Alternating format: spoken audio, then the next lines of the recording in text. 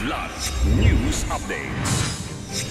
Mga balita ngayon, luxury cars ng pamilya Diskaya iimbestigahan ng Bureau of Customs. 2.2 billion pesos na MBHTE transactions sa BARM iniimbestigahan ng Commission on Audit. Dating PNP CIDG Chief Macapas sinuspinde ng NAPOLCOM.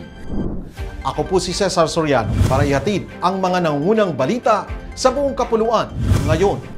Iimbestigahan ng Bureau of Customs o BOC ang mga luxury car collections ng government contractors na sina Sara at Curly Diskaya kung dumaan ba ito sa proper importation at tax payments.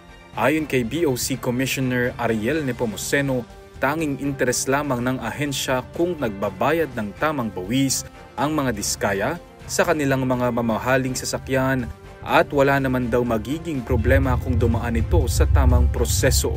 Maingat din umano ang BOC sa magiging investigasyon dahil nasa loob ng tahanan o isang private property ang mga sasakyan na protektado ng batas at ng konstitusyon.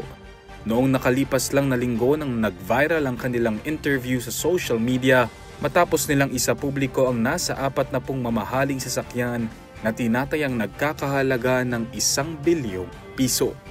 Iniimbestigahan ng Commission on Audit o COA ang mga alegasyon ng irregularidad sa ilang malalaking transaksyon ng Ministry of Basic, Higher and Technical Education o MBHTE sa Bangsamoro Region. Sa liham noong August 11 kay BARM Chief Minister Abdul Rauf Sami Gambar Makakua, kinumpirma ni COA Chairperson Gamaliel Cordoba na ang mga reklamo laban kay MBHTE Minister Mohagher Iqbal ay merit special audit.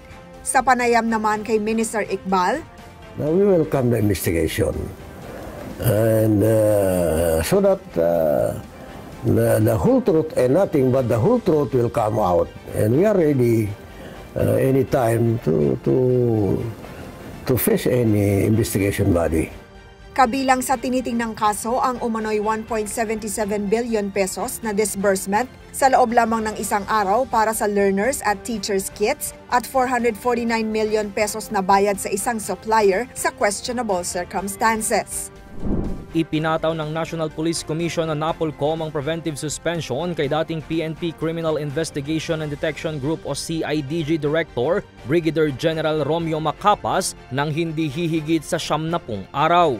Ayon kay NAPOLCOM Vice Chair at Executive Officer Rafael Kalinisan, kaugnay ito ng reklamong inihain ni Elakim Patidongan laban kay Macapas, bunsod ng umano'y pakikialam sa investigasyon sa pagkawala ng hindi bababa sa 34 na sabongero. Noong nakaraang linggo, naghain ng kasong administratibo ang NAPOLCOM kay Macapas para sa grave misconduct at conduct unbecoming of a police officer habang nagpapatuloy ang mas malalim na investigasyon. Ako po si Cesar Soriano, kasama nyo sa bawat pagputo ng balita.